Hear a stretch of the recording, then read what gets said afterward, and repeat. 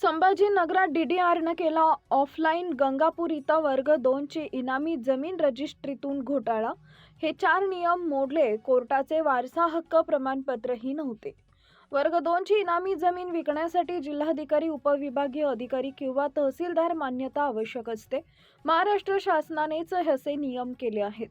मात्र छत्रपती संभाजीनगरमध्ये वरीलपैकी एकाही अधिकाऱ्याच्या मान्यतेशिवाय गंगापूर तालुक्यातील 31 एकर जमीन अवघ्या 2 कोटीत विकली आहे.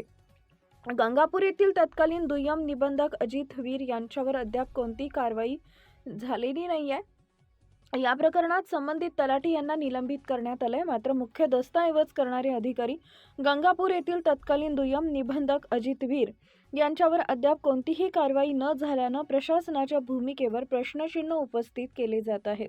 दस्तऐवज नोंदणी ही दुय्यम निबंधकांच्या थेट नियंत्रणाखाली होत असताना उपविभागीय अधिकारी अरुण जराड यांनी तलाठीवर निलंबित करून कारवाई केली आहे. परंतु मुख्य जबाबदार दुय्यम निबंधक वरिष्ठ अधिकाऱ्यांचे आशीर्वादानं कारवाई गुलदस्त्यात ठेवली आहे. अधिकाऱ्यांना अभय दिले जात असल्याचा आरोप नागरिक व सामाजिक कार्यकर्त्यांकडून केला जातो आहे.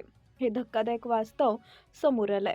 छत्रपती संभाजीनगर जिल्ह्यामध्ये दुय्यम निबंधक कार्यालयातील वरिष्ठ अधिकारी यांच्या आशीर्वादानं संभाजीनगर जिल्ह्यामध्ये अनेक दस्तऐवज प्रकरण तक्रार होत आहेत. परंतु वरिष्ठ अधिकारी हे दुय्यम निबंधक अधिकारी कर्मचारी यांना वाचवण्याचा प्रयत्न करणार असल्याचं आरोप केले जात आहेत.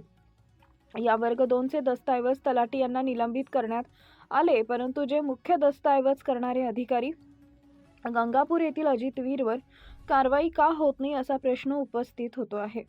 या प्रकरणांमध्ये उच्चस्तरीय चौकशी होऊन CBI आणि ED या संस्थेला पत्रव्यवहार करून चौकशीची मागणी करण्यात आली आहे.